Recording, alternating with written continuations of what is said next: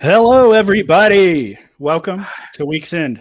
Week's End, baby. I didn't get the memo on the tracksuit this week. Sorry about that, buddy. I'm sorry. I just, I've got my Space Camp T-shirt on here, but I just We've been having it's wacky still a weather little here. chilly.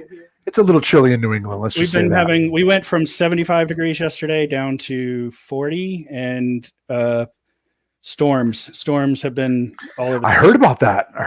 You've had some crazy storms. It's crazy. We dodged it here, thankfully, but people up and above us and below us, not so lucky. Got it. Well, happy Friday, buddy. It's Friday Week's End.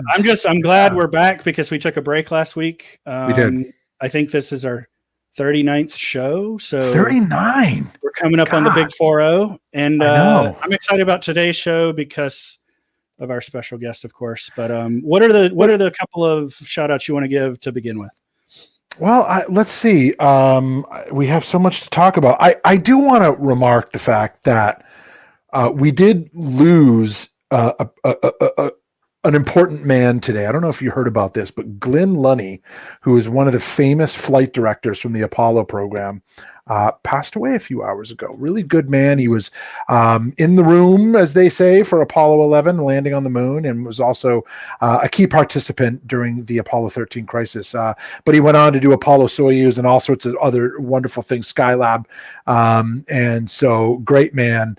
And I just thought that I would mention that because I saw that earlier and was like, oh, bummer. Well, then we should let's keep talking about NASA because he would love this. Space then, because 499.6 seconds in the green run hot fire. Tell everybody why this is important, though, for Artemis. Well, I'll tell you why it's important because, you don't just build a rocket and go to the moon. You got to do all these tests. You got to build all the different systems. You got to do these things. So, this was a really important test for the Artemis 1 mission.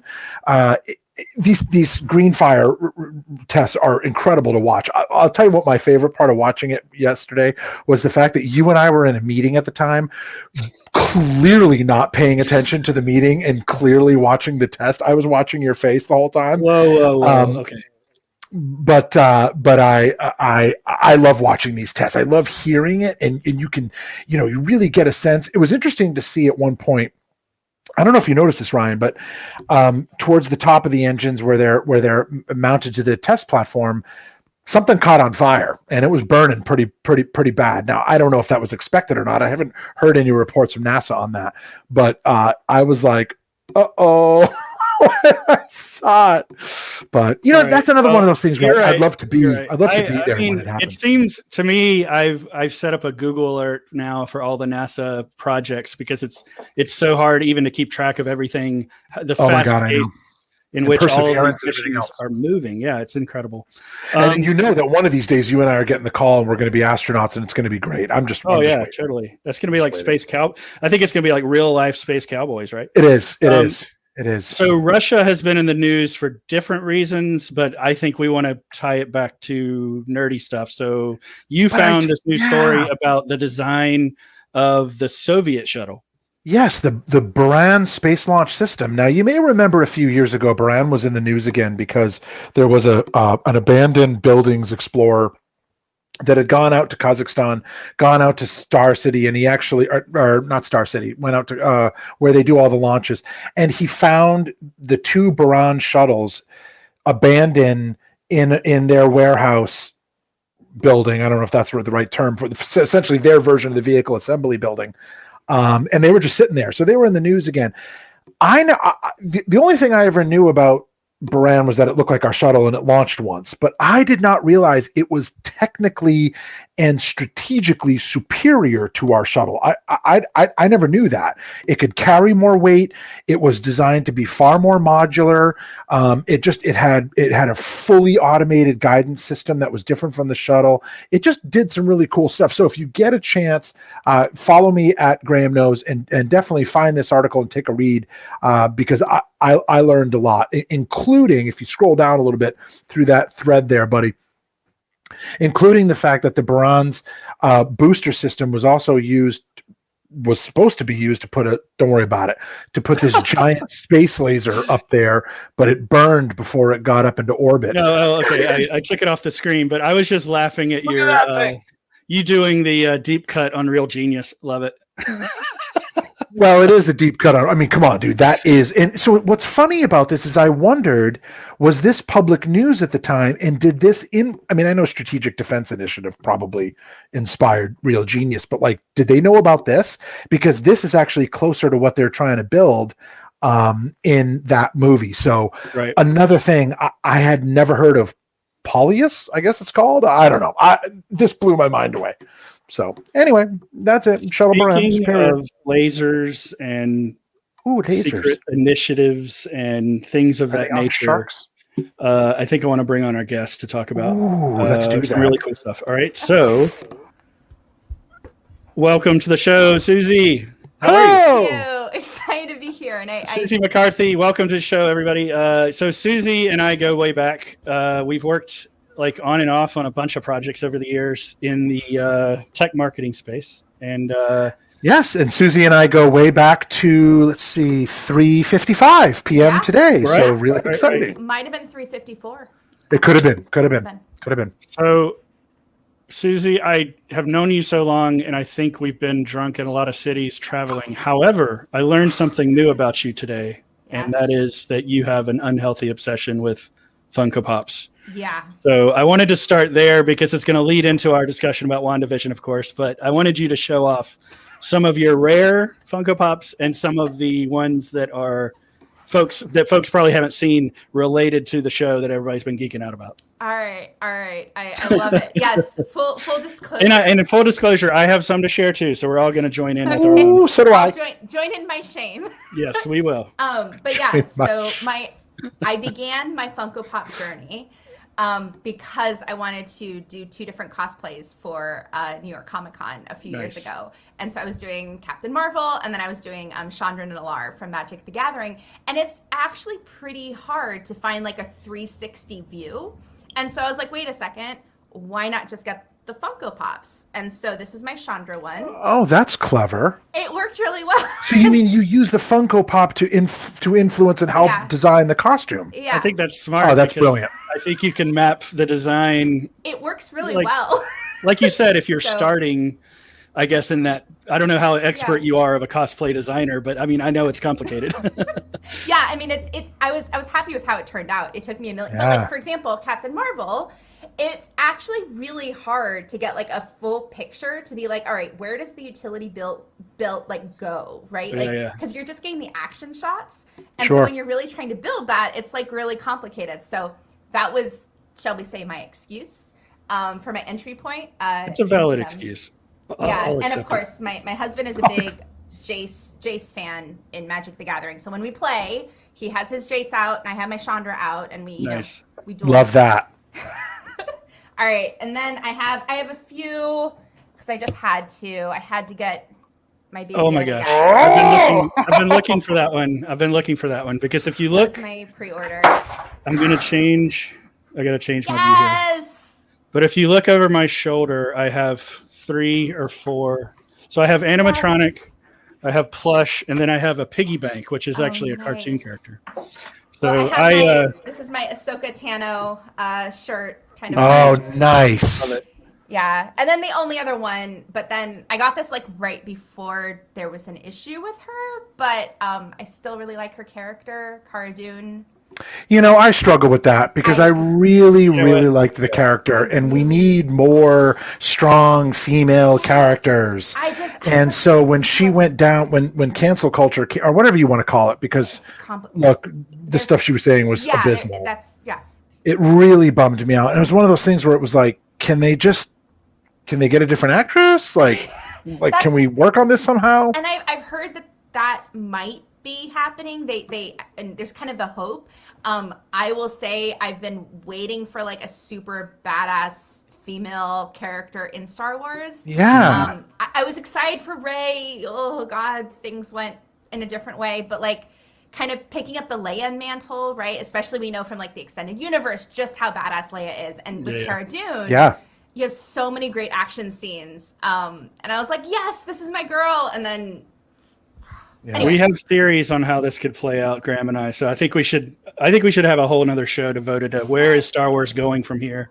That would be awesome. But hold on a minute. We can't keep going on through these subjects too quickly because I have a Funko Pop to share. No, you do. That's what I was trying to get back to. I want to have Ultron. He's so cute. I love it. Robot. Although Ryan has seen me do this before. I have to admit I have a bit of an addiction. Oh God! Here we go. It's pretty bad. So. I love it. And I have to ask, is that a Tintin comic behind you? Oh my God! Why? Yes, it is. If you saw the other directions of this office, there's Tintin all over here, all over there. Oh, yeah, I started collecting them when I was 7. When I visit a different country, I always get, yes, that's my favorite one. Oh yeah. I always get a Tintin in the language of that country. Yep. And because they've been translated into so many different languages. I did the exact same thing. That's my so God. funny. That's so funny. But you know, Suzie, it's interesting that you talked about. So Ryan, just so we're clear here, Tintin is one word, so you're gonna have to go ahead and fix that. God. That second T is lowercase. This is not Rin Tin Tin. Ryan, we need to talk. But you know, Suzie, it's my bad. interesting with the whole thing that went on recently with the publishers wanting to limit some of the Dr. Seuss books. Yep. Okay, because I've lost both of you. You're skipping. No, wait. Okay, well, yes, I don't know. Can you hear me now? We're going with this. Okay. And it's a great point. Yeah, so when the whole thing went on with Dr. Seuss, I actually thought about the fact that there's some stuff in Tintin that's really, really bad. Oh, yeah. And like, it's okay to say there's a subset of this that has to go. There you go, Ryan. Now you got it right. And the rest of it is okay. And that was the thing, is like, they didn't get rid of all of Dr. Seuss. They said, look, there's a couple of books here that need to go. There's a couple of books of Tintins that need to go. Oh, there's a few. The Tintin in the Congo doesn't get translated or sold in certain places and in certain languages, and it shouldn't be. And to his credit, you know, Ursh admitted that and was like, yeah, no, this. I mean, because he did straight up propaganda on it. So did Dr. Seuss, right? It was that time period. Tintin in the Land of the Soviets, very problematic. Tintin in America also, you know, has some. Tintin in America is funny. It's funny. I actually have this. But I love this piece. Yes. Oh my goodness. Tintin in America just cracks me up. Like, they just thought we were a country of like gangsters and Indians. It was like, Right. Well, that's the funny thing, right, about Erich is he, especially those early ones, he did all of these without ever visiting the countries. Yeah. And he, like, Tintin, the Land of the Soviets, he just, like, read a travel guide. Yeah. Same with America. But you're totally right, and that's something that the Tintin fan base has dealt with while he was alive, and it's I was actually just having this conversation with my husband because my nephew is 8, and I was like, oh, I want to get him Tintin, but I was like, oh, I want to talk to his parents just to make sure we're kind of understanding the sensitivities. But I also think it can be a great learning opportunity to kind of be like, hey, you know, this was things evolve and this wasn't right. But, you know, let's think about it. I was going to say, I think that's the right approach. I mean, regardless of all these things that keep sort of, I mean, there's a new one every week that keeps popping up, and I don't think just ignoring it is the right answer, which seems to be, let's get angry and ignore things, but, you know. And, you know, I mean, the last thing I'll say about Tintin is then there were areas where he went the exact opposite, where like Tintin in Tibet with the Sherpa, who they ended up having this lifelong like love for it, like a real bonding of survival. And I forget the Sherpa's name off the top of my head, but it was, I can picture him clear as a bell. When he thought he was dead and he was like yelling for him and all this stuff, that was, there was some really powerful things where it's like, well, it's weird because it was like, he didn't realize how insensitive he was being in some areas. Then in others, he was very respectful. Anyway, all right, let's talk about WandaVision. Okay. So transition. I'm pivoting. And you Thank have you, Ryan. more Thank Funkos to bring it back into black and white. Lighting. Yes, I so love we have those. this is the 50s couple, right? One black and white. So cool. And I will say there is a special edition Vision one where he's black and white, but with his Vision face. I'm just too cheap to pony up for the special edition ones. Well, but are there Funkos for It's an investment.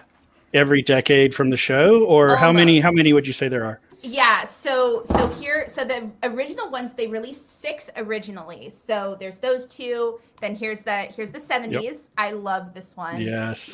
Vision has. I want him to have his 70s hair from when they were like biking downtown, you know? Yeah. That's true. Yeah. But he has his Better Homes, you can't see, Better Homes, Better Baby book. Oh, nice. She has her fruit, right?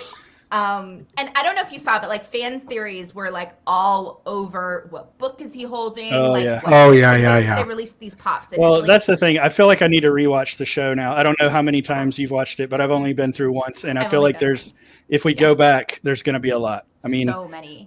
Did you watch the? That's a good idea, actually. I didn't think of that. Because I guess I made the joke that because there was no new episode last Friday, but Disney Plus did put out the assembled show, which was a behind the scenes look. It was fascinating because it showed how they actually produced the show like the Dick Van Dyke Show. Like they had a live studio audience, they had a sound stage where all of the set pieces of the home were connected, and they just transitioned in real time to each room with multiple cameras. That's crazy. I did not know that. That's wild. They even, to the point where they used wooden folding chairs like they used in that era in the audience. It was insane. Wow. I love that stuff. I don't know what the budget was, but they were like, well, we figured if we were going to do it, we should do it right. You know, well, I hope they do that for Ryan Vision. Yeah, there you go. Right. So here's the Halloween. Oh my gosh. And there's a Wanda one. She quickly sold out. I was like just a step behind, so she's on back order right now. That one is probably one of the most popular, I would think. Yeah, because she's in the original thing. So to your question, Ryan, what's coming next? So you have a special edition Billy and Tommy. That's, again, on eBay right now. Ooh. Very expensive. But Billy and Tommy in their Halloween gear. Okay, what are you talking about very expensive? Like, what are we talking here? Okay, so it's like, I want to say right now they're going for like $60, something. Okay. I'm not going to spend $60 on a for the set or each. Sorry. Yeah. Is it one of those deluxe sets? It's for the set, and yes. No, but honestly, Suzie, I thought you were going to say 300. I thought you were going to say. Not yet, because they go for that. They're not yet. I think we're going to be going there. Are we talking about NFT territory here? I mean, I would never spend a lot of money for something on eBay. I would not. I love it. I love it. So let's just say that my addiction hasn't quite gone there. And let's also remember that I play Magic the Gathering. So there's other addiction. Places. Come on, we don't need to talk about addiction. I just. There's other places where my money is like. Yes, I may or may not course. have, just spent about $30 on goblins for my Magic the Gathering Commander deck. So, there's other places that's going. But then we have... Those are good uses for that money, I got to say. I mean, I feel like it makes sense. We totally just went is. through my husband's collection from when he was little, and we were able to, sell a good amount. It worked well. It worked nice. out. So it got let's why don't we pivot to talking about the show itself, because we were going to talk last week, but really nobody had seen the finale yet. So I think, or the week before actually. So I just have my funny story is when I was watching the first episode and then I started watching the second episode, my wife, who is not really a Marvel person, and I'm telling her, I'm watching this new Marvel show. Totally not interested. But she comes in the room and sees, what I'm watching, and she's like, what the hell is that? Like it's like you're watching, Leave It to Beaver. Right. And she's like, how can you watch this? This is and so a lot of people had that kind of weird reaction at first, I think, where if there's a lot, what I found is that there's a lot of folks that even I'm friends with that aren't like big Marvel people. Like they didn't even see like all the Marvel movies, but they're watching this stuff because it's on the streaming service. Mm-hmm. And it picked up a really big fan base that was new to Marvel because of this show. Yeah. So. I think it makes tons of sense. I have a feeling that that's what Marvel was maybe hoping would happen. Right? Because it's just, again, I think it also probably they have to be thinking about COVID, where a lot of us are kind of out of content at this point. Oh, that's true. And I think there's also just something kind of cool about it dropping every week. I think that's just and it leaves space for like after shows and just kind of communal watch moments. You know, that's a really good point, Suzie, because I was so used to shows being released where you get everything all at once and you binge them, and then you're like, oh. You sort of like rush. It's almost like you rush through it. Yeah, then you're in the show hole, and you sort of rush through it, and you kind of end up missing some things. You know, when it came to Wanda Vision, this is going to sound so silly, but like I had forgotten that she's a witch. like I always thought of her as a mutant, or more of the superhero. Yeah. But I didn't think of her. This is one of the debatable points here. Like, there's. But I mean, I live in Massachusetts, so when. Yeah. Okay, but still, when I saw her, but that's a fair point, Ryan. That she didn't originate that way. When they showed Harkness and back in Salem, Massachusetts, when she was actually during the witch trials, and those are witches, right? Now very powerful, but when but I just never thought of her that way. I thought of her more associated with her brother, and more of them as mutants that were created essentially. But it was so cool and here comes a spoiler if you haven't seen WandaVision. Spoiler warning. Yep. Yeah. The end when they actually shows her working on the incantations and stuff. That was just the greatest. So excited, like, ooh. There's a pop toy. There's a pop toy with her doing that, and I have it on order. Just letting you know, where she's levitating with the book. So do you have like shelves of all these, or are they just all over the place? I need to have more shelves right now. Well, I've noticed all of the ones. That's my problem. I need more shelves. I've noticed all the ones you've showed us are out of box. What I've seen is like when you see like the Twitch streamers that have like a whole wall of like mint in box. We've had this debate on Week's End, and Graeme and I are firmly of the opinion that the majority of your collection is meant to be enjoyed, and that's why you see. I only have one toy. Most of the things on my shelf. Box. Yeah. I won't. I can't bring myself to take her out of her box. Even some of the things that I would keep in the box, I've still taken it out or put it back in, or things of that nature. Yes, I've done that too. I very much. I was the. I want to enjoy them. I'm an only child too, so I grew up with my imaginary world, and my toys were my friends. And so I do just have this crazy idea of like, get them out of the box. Like, they need to come out. They need to have that love. It's very Toy Story. But yes, that's still basically where my brain goes. And yeah, I also just love the act of unboxing. It's very. Yes. I think it's very primal for our generation, quite frankly. Yeah, and there's so many things where the packaging itself is special. Where like I have a I'm not going to go get it right now, but I have a briefcase from Blade Runner. Nice. You know how like Deckard. I'm sorry. I'm going to need to see that. The Voight machine where they test you as a replicant. They sold. This is back when DVDs was the golden age because all the special editions had like really cool packaging. Yes. And so it's literally a signed and numbered. There were only 500 of them briefcases. That's like you open it up, and it's like the Voight device. It's made out of cardboard, but still. Right. But still, no, that's not Who cares, the point. dude? That's. I mean, it could be made out of sushi rice, and it would be awesome. Right. I didn't even think about it. That was a whole thing with DVDs. We see that kind of with games as well, right? When you don't have the physical. But they're the game special edition stuff is so expensive now that you can't really do it because they want like $300 for like a statue. Right. Whereas you're totally right. There were the special edition DVDs. They wouldn't be like that much more. I mean, if you're getting it would be like you paid $20 for a DVD, or you could pay $35 or $40 for a really cool thing. Right, exactly. And that's let's talk about the show in the context of, and this is going to bleed into another subject with the Snyder Cut, but we wanted to talk about sort of thematically.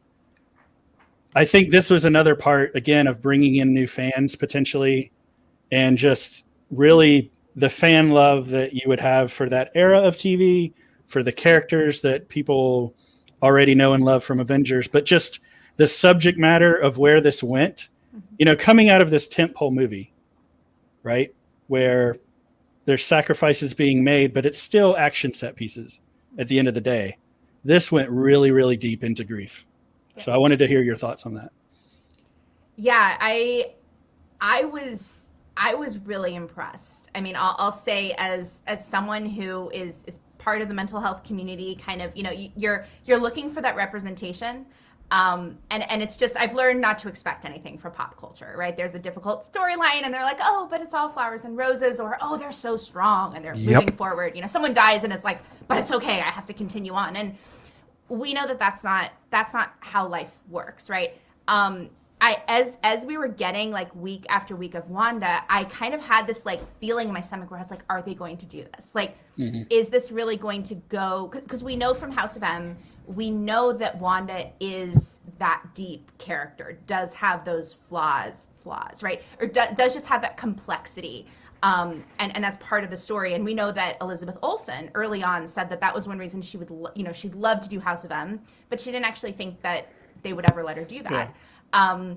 And so again, it was definitely like a will they, won't they? Are they going to let her really go there? And I'll just say, I think it was the last few episodes that just, there's a few of them. There's this one where like she is just, spoilers. It's after, it's kind of, it's after she's extended the hex. We're kind of in that space. She's no longer broadcasting. And it's when Agatha comes in and says, hey, I'll take the kids off your hands, right? Yeah. And that moment is such a moment of vulnerability for her. And you can kind of look and imagine that there would be this plot where it'd be like, why did you let her, take your kids away? Like, it's this moment of being low. But the story doesn't dwell on that. It more is just like, how is she moving forward? How is she figuring out how to own her strength? How is she going, step by step in that way? And that felt just very accurate and just, really just a cool representation. That being said, I will say I wasn't a fan that they did the commercial for an antidepressant, an actual antidepressant, that was the commercial. I wish that they didn't do that. I wish that they would. Yeah, that's interesting. That is a good point. Well, and it was kind of an obvious tell that wasn't necessary, right? Yeah, I wish they would have made up something, right? Just I didn't like that it was actually a known thing. I think they could have. Right. Who know? They were doing all sorts of crazy bubble baths or whatever. They could have made up some sort of thing. Well, I just assumed all of the devices, including the show format. I mean, it was coping mechanism for her, and then another layer of that. And this is something I saw somebody talk about, how they had mapped like each of those were like phases of grief or depression, right? And so she went through anger and denial and all those steps. Yeah. And that does cheapen it a little bit, I think. I mean, because it kind of was missing the point, because she's inside her head. Like she's inside, this is kind of like a physical manifestation of her being inside her head.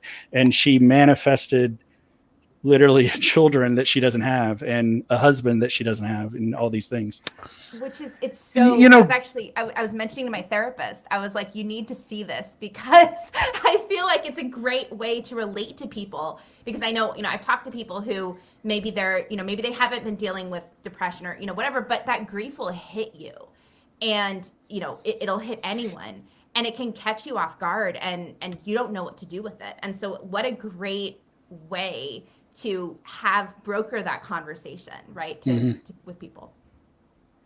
And grief is a common theme throughout a lot of these Marvel movies. I mean, if you think about some of the major characters that died in powerful and grieving ways. I mean, hell, we saw Tony Stark's funeral, right? Yes. I mean, Gamora died, Nat died. I mean, so that this notion of, and remember, there's a lot of children that are seeing these movies. So this notion of seeing your heroes fall, and not just the blip, right? Or whatever, what do they call it? The blip, right? Yep. The blip, yeah. The blip. But I mean, because a lot of those people died, like that movie where, the end there where Spider-Man was like, oh, I don't feel good, Mr. Stark, and then he flies away, was like heart-wrenching. Now he comes back, but because they bring everybody back, but still there was a lot of grief and loss throughout those movies. And I gave them credit that some of those people, they actually make a comment about it at one point, like they stay dead. They're not coming back. right? And they had the power to bring them back, but they knew better than to do that because that's just not reality. And so WandaVision, one of the scenes that really jumps out at me, Suzie, is when she's standing in the foundation of the home. Oh, was like, ugh. Well, and she looks at the letter, which I wasn't really connecting dots on. They had made a plan to move there, I think, right? And he had left her a letter. Yes, that wasn't made up. That was how she. That's how she had her mental breakdown. Yeah, was that moment. So it's really deep. The other thing I wanted to call out was, I mean, we've been talking about a lot of, I mean, just the last 2-3 years with award season. Diversity, inclusion in entertainment. But when you look at this cast and you talk about Rambo, it was great that she had her. That was a whole nother storyline that I enjoyed and I want to see more of because that was coming off of the Captain Marvel film, of course. She's the daughter of Linda Danvers' best friend. And then she becomes a woman of color superhero, which when she talks about it behind the scenes, there's not any of those, not in this way. And then her story really went deep into, when you're talking about the blip, the lost time of the 5 years. Yeah. It's not just that they disappeared and came back. Yeah. It's that they lost the time and the grieving process of losing somebody and getting them back. And the trauma of that was a big part of her story and how she lost her mother. Yeah, I'm so glad you brought that up, Ryan. And I do, I think that one thing we're seeing is this is one reason diversity matters, right? Is it's not about, let's just check this list, let's check these boxes, let's, not get in trouble. Like in the lineup where they're all puffing, they're walking in slow-mo to go into battle. Right. That's not it. It's about the types of stories that you're telling and the perspectives that you're bringing. Right. And so you're in this case, and I absolutely do think that we should absolutely have a story where you have a guy grieving as well. Right. But I think that there's something really powerful in these cases, having these female characters who are really dealing with their grief. You have a mother and a daughter, right? Which is that's also just very much a common trope out there, but they kind of really go with it, right? What does that grief look like? You have a woman, grieving her partner, a mother trying to figure out how to what's going on with her kids. We just spoiled Daniel's day, apparently. I'm sorry, Daniel. Thanks a lot. No. Thanks a lot, Graeme. Come on. Spoiler warning. Right, but it was so interesting because I was reflecting on WandaVision as well, and I think that the other thing that is just so different about it is so many of the main characters are women. Yeah. Actually. Yes. And true. That's something we've had Wonder Woman. We've had really important movies where the title character is a woman. But how many have we had where it's a woman main character, a woman villain, and the additional hero that they're bringing forward is also a woman? See, now if we can do that in the movies, we can do this in tech conference panels. Here we go. That is, now we're keeping it real. Haven't you heard, Graeme? There's not enough of us. There's, apparently. We don't exist. I saw a great tweet the other day. It was a woman who said, "Hey, I'm working on a panel for a tech conference. I need to find some men. Does anyone know where I can find some men?" I saw that. I thought that was so funny.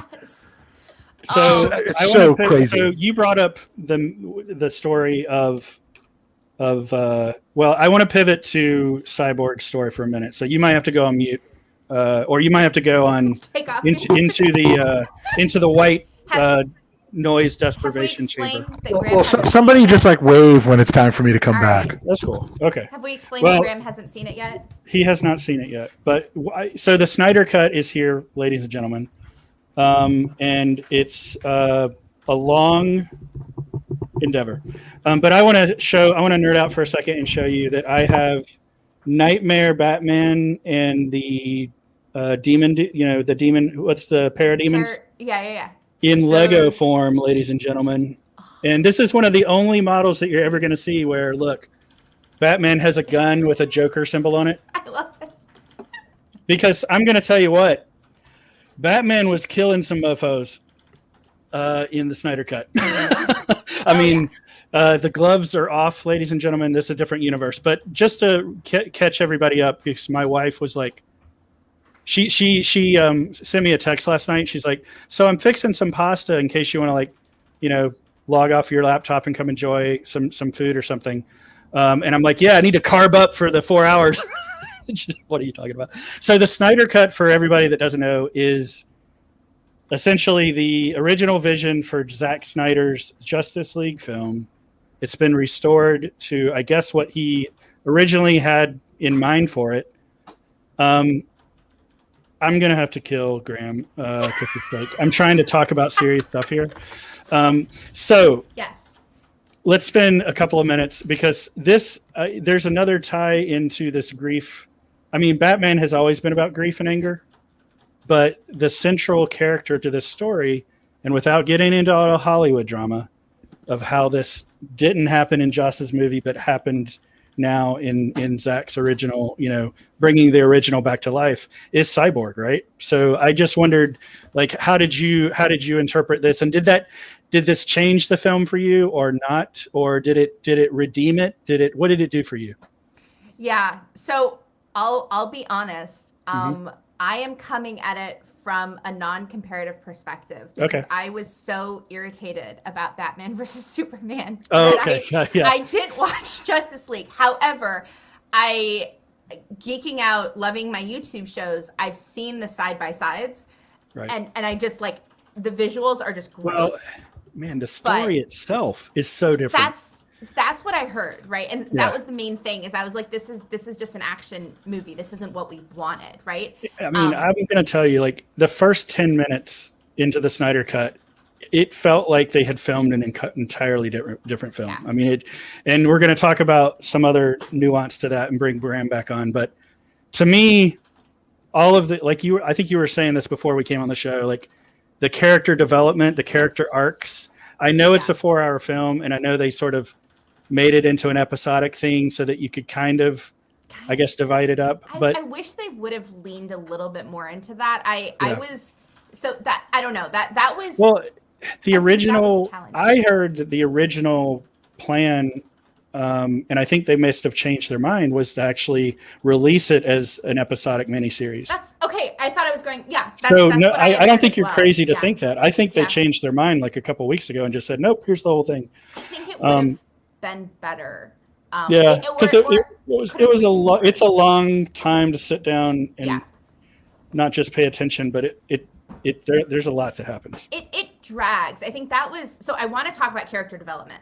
But I will say that the thing that I was a little bit frustrated by is there is this really high barrier to entry in that you have to commit to 4 hours. Well, I think here's the other thing. This was obviously fan love, and it was kind of a risky bet in a way, because I don't know that this could have happened at any other time or any other format. And the reason for that is Justice League was supposed to be like the DCEU meeting the bar and expectations of what Marvel was building. And Marvel had a head start, let's be honest. And so when that didn't happen in these films, the perception was, that was floundering. The problem is they didn't sort of know what to do next, I think. And so this fan film only came to light, I think, because the hardcore fans were like, nope, we bought into Zack's vision. Give us Zack's vision. Just do right by us. Because there were so many polarizing moments, like you said, like Batman versus Superman and Man of Steel, very polarizing films. But the people that bought into it, that love it, they brought this back to light.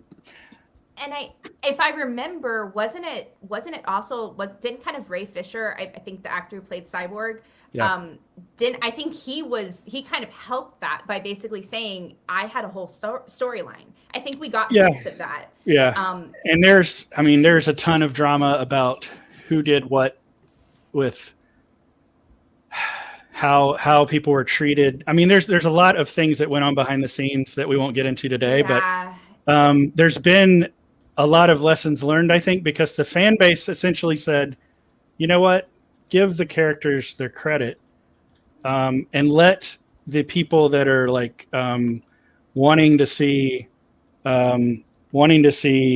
like actual character development. Yeah. Like, we don't care if it's 4 hours. Like, give it its due and do villains the right way. And we know that it's deep and we know that it's dark. But there's a lot of people just saying that that's the way DC is, and it's not supposed to be like Marvel, and I'm okay with that. Yeah, I mean, I would also point. I will say that I'm a fan of what the CW has done with Supergirl, for example, right, and some others. Okay. I think there's been success there. I did want to. I will tell everyone. I do think that you should absolutely take a look. Are you done? Almost. No, we just brought you on to like make. Just kidding. I do absolutely think that it's worth watching. Yes. The slow mo drives me nuts. It makes me like. Well, our buddy Theo Priestley, he said that if they would have actually, broadcast it in real time, it would have been a 2-hour film anyways. Like that was the thing that just was irritating to me is I actually would have loved. I love the additional character development they did. I would have loved more of it. I have something else. Look what I found. Oh, nice. So this is a Regal Cinema exclusive, real 3D. So you could only get this if you went to the premiere at a AMC IMAX. A Regal IMAX or Regal Cinema, or purchase it on eBay. This was free. This was free in theory, or if you purchase it on eBay. But you had congratulations on all your success, Ryan. You smelled terrific. You had to buy like the 48-ounce tub of soda and for $322, a bucket of popcorn. So it was free in the $37 buttered popcorn combo kit. But here's my point. I went to see the Joss Whedon version on opening night in IMAX, and I was so excited. And then I came out of that film, and I was like, "You bastards!" Because I thought they screwed it. And now, I don't know if you've been on Twitter today, but Joss Whedon might not work in the industry again. No. I mean, the hate going towards him right now about how badly he screwed up the film up is just insane. It's shocking to me that he took out like a character's plot development. Like that. Sorry. Well, the moments, there were like the human moments, and we're not going to say what they are, but there were so many little moments of like, that were important to each character. That yes, it made the film really long, and yes, there were a lot of dramatic pauses, but it really tied everything together, and I think it did redeem Batman versus Superman in a lot of ways, because Batman versus Superman did not have enough time to do what they wanted to do. It was like too much, right? Well, Batman versus Superman, the way I looked at it was the director had purposefully blurred the lines between what was a dream and what was reality, and I found that it was almost like if you tried not to figure out which was which, it was a better movie. And I found that to be very deliberate, that they messed with you as to, obviously there were some parts that you could tell what was what, but they purposely blurred those lines so that the whole thing had this kind of ethereal, nightmarish, dream world, dreamscape kind of weird feel to it. And I liked that. And you don't know what year it is, really. Like, you can't tell. It was a little messy. You can't tell what year. Yes. I did like that, and one thing I did really like from Batman versus Superman was the darker Batman. Kind of the idea of the toll that this takes on him. Kind of looking at being like, why wouldn't you end up being kind of really angry at this point? I thought Ben Affleck was great. I thought I was really bummed his Alfred, God, I can't remember the name off the top of my head, was fantastic. Oh yeah, no, I love that. It was kind of some of the others. It was a little bit like, especially the really epic long fight scene was kind of like, okay, I'm gone. Yes. But I love that he was dealing with that complexity, and that I think you do see from Snyder, right? And from what I think we've heard, Warner Brothers blinked. right? They were like, we can't do this. And I think that's where I am. That's where I have my qualm, is that they need to lean into this. And so many people, I think they won people over. Like they won me over. I was anti-Batfleck from day one. Oh, yeah, but then they won me over. Yeah. And so now I want more. And now they're saying, nope, you're not going to have any more. And I'm like, what? Like, so anyhow. This is the wrap it up symbol. No. Wrap it up. Graeme thinks we should be wrapping it up, but we're having fun, Graeme. Come on. I know, but somebody's got to reel you in, brother. I know. We could just have a 2-hour party on. Well, we could. Okay.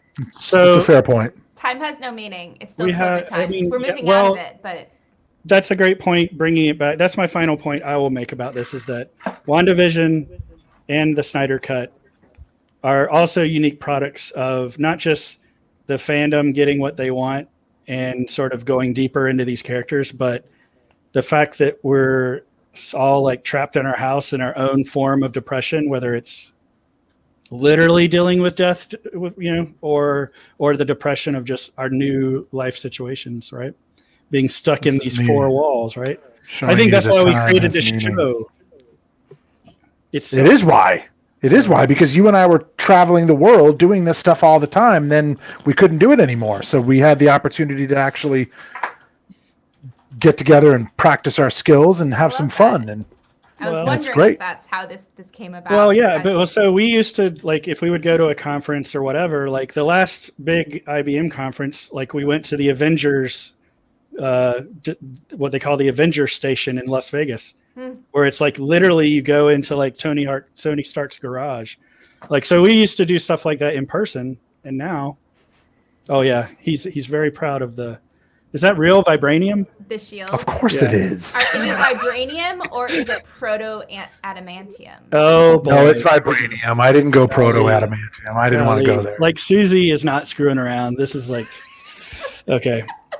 So I just wanted, the last shout out I'm giving is I've got my Jim Lee Batman t-shirt on, because Jim Lee is a god, and, he's been a big force at DC since he stopped doing Marvel stuff back in the day. I love it.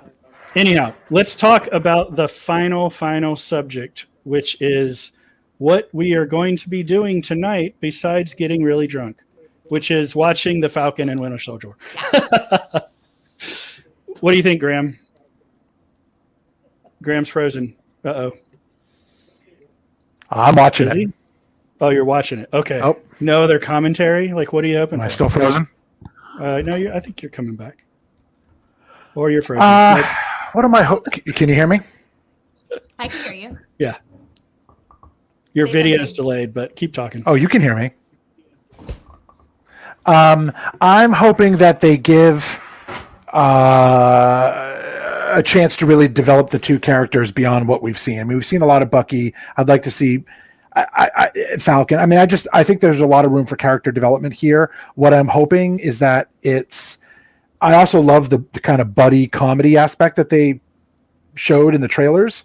So I'm expecting a lot of action. I'm expecting a lot of cool stuff, but I want to see the torch properly passed from Captain America, because I'm already hearing rumors that Chris is going to take the role again. It's like we haven't even given Falcon a chance to pick up the reins yet. Like, what are you talking about? Yeah. So I'd like to see that. I'm excited about that. I thought Chris was done. I don't know if I believe that.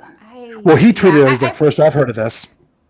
Yeah, I mean, I actually heard, I was watching, I'm a big fan of New Rock Stars, and they do Rogue Theory, and it's kind of like all over the place. And something that they were floating about the whole idea of Chris Evans signing on for 2 additional episodes was the idea of, we know Secret Invasion is out there. We could have Chris Evans playing his Skrull self. Okay. Like, I'm okay with stuff like that. I just think I'm with Graeme. I want to see like where are we going from here with the next phase and all that, right? I agree, and I'm excited to see where they move forward with Falcon. I think he is a really great character to have now. I do too. If you think thematically, we know that when Captain America kind of started, that the U.S. we were kind of a little bit there was still a lot of like, yay, America, kind of, there was a little bit of jingoism still left over from the 9/11 era, especially in movies and TV.